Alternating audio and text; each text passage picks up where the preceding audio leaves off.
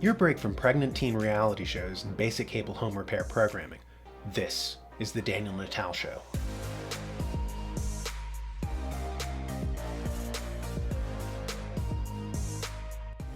When artificial intelligence was first studied back in the 1940s and 50s, they decided to discover how animals learned, with the intention of applying these principles to machine learning.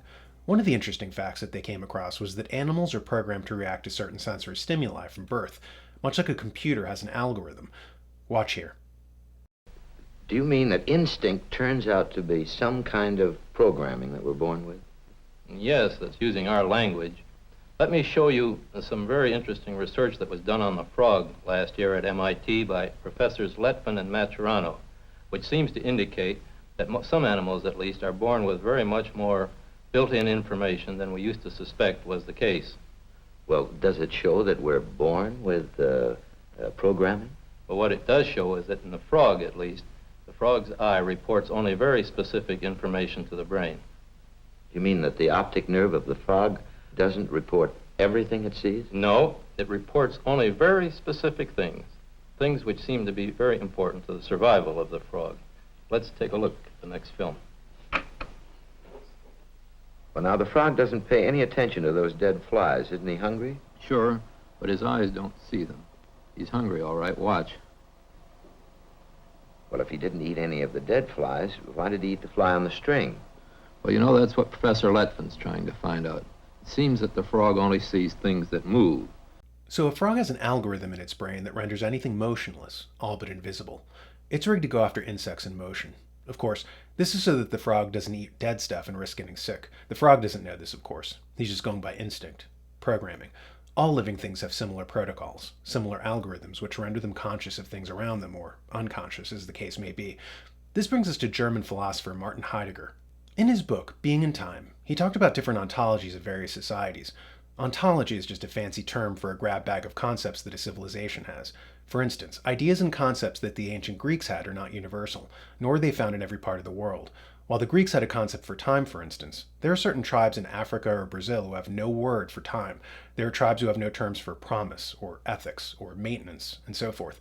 We just assume that the ontology that we grew up with is universal, but it's not. And here's the thing. Like the frog who can't see flies even though they're right in front of him, a man has a hard time grasping a concept if it's outside of his particular ontology. Heidegger likens it to eyeglasses. As far as consciousness goes, you're not paying attention to the glass lenses. So even though they're right in front of your eyes, you're paying more attention to objects that are farther away from you. Heidegger writes, when, for instance, a man wears a pair of spectacles which are so close to him distantly that they are sitting on his nose, they are environmentally more remote from him than the picture on the opposite wall. What he means by that is that your glasses are like your ontology. You see the world through it, but you're utterly unconscious of it. To you, it's invisible, but without it, very different things would be in focus. But, again like the frog, you're utterly unaware that there's an algorithm going on in your brain which is directing your attention. I mention all this right now because big tech is censoring everything that runs afoul of their particular ontology. They're trying to replace our ontology for a new globalist technocratic worldview. Two people, seeing the world through two totally different ontologies, wouldn't even be able to communicate with each other. If you tried to warn them about the dangers of censorship and talked about free speech, the other person would respond, but free speech is hate speech. If you talked about the rule of law or the protection of individual rights, they're programmed to say something like, individual rights are a dog whistle for sociopaths, or, like Arnold Schwarzenegger just said, screw your freedom.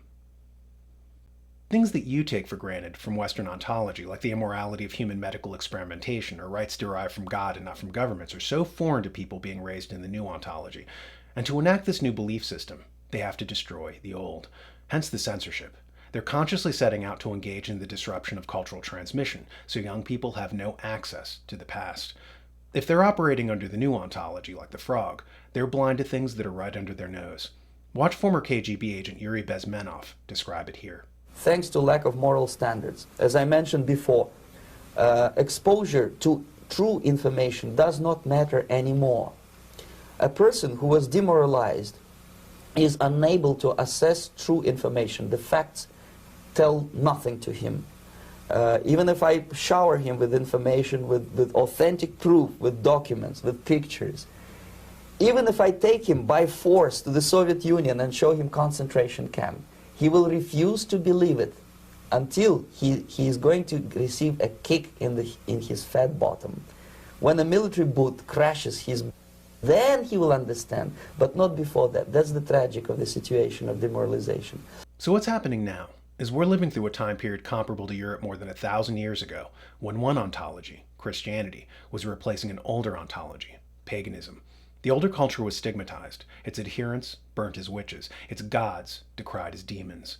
We're at just such a historical juncture now, where a technocracy is emerging, and where a new belief system is trying to obliterate the old values that it seeks to replace, hence the censorship.